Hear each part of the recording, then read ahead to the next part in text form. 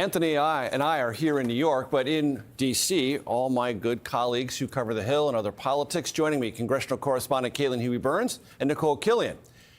And I want to talk to them both about what we've just projected, this highly watched, highly anticipated primary in Kentucky's 4th congressional district. Caitlin, you first.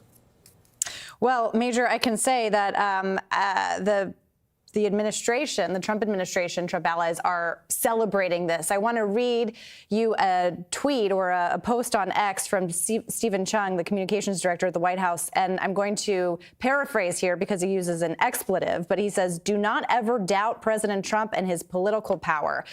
F around and find out."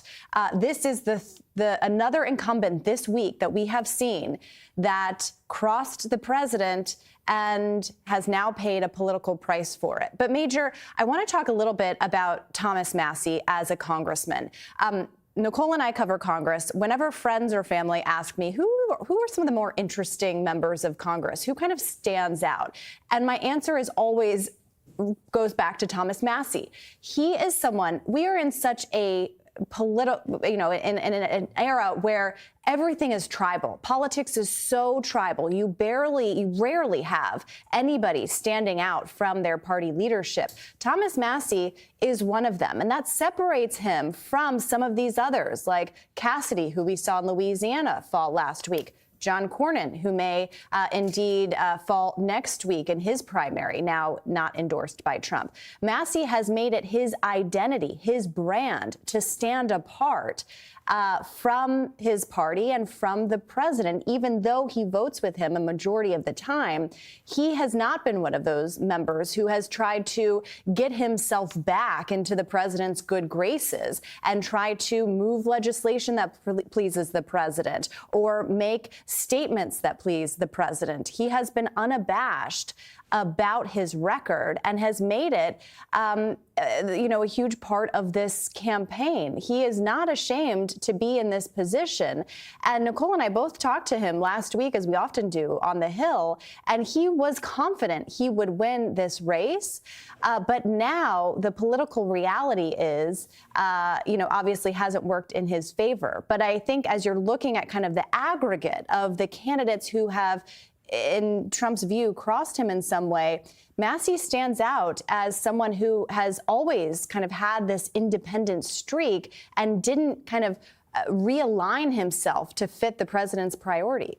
And Nicole, it's worth pointing out that, as Ed said, the most expensive primary in American history. I believe the total is now close to $33 million spent, most of it against Thomas Massie, which indicates he wasn't a pushover. Defeated, yes, but it took a lot of Republican allied groups taking their direction from the White House, pouring a ton of money into this race in order to defeat Thomas Massie.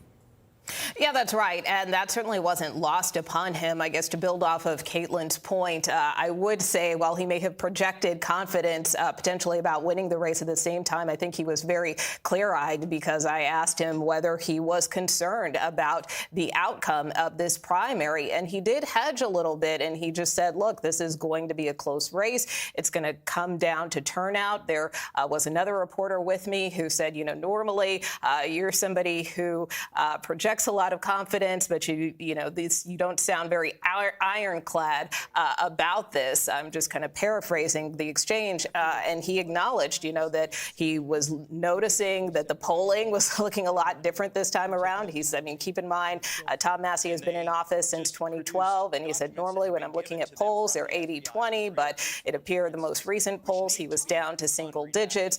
So he was watching those numbers, not just the amount being spent against him, but also these poll numbers very closely. And also, it wasn't lost upon him that he was part of this so-called Trump revenge tour, if you will. In fact, he called himself the main event or the main act. So to Caitlin's point, obviously, we have seen time and again, most recently, where the president has endorsed someone else in a primary race, just most recently with Bill Cassidy. Of course, now in this case, we saw the president come out against Massie's challenger. And of course, Massie suffering this loss tonight. So I think Massie was very clear-eyed about the odds that were stacked against him. But because he is one of those people who's not afraid to take a stand, all he could do is run and present his best case to the voters.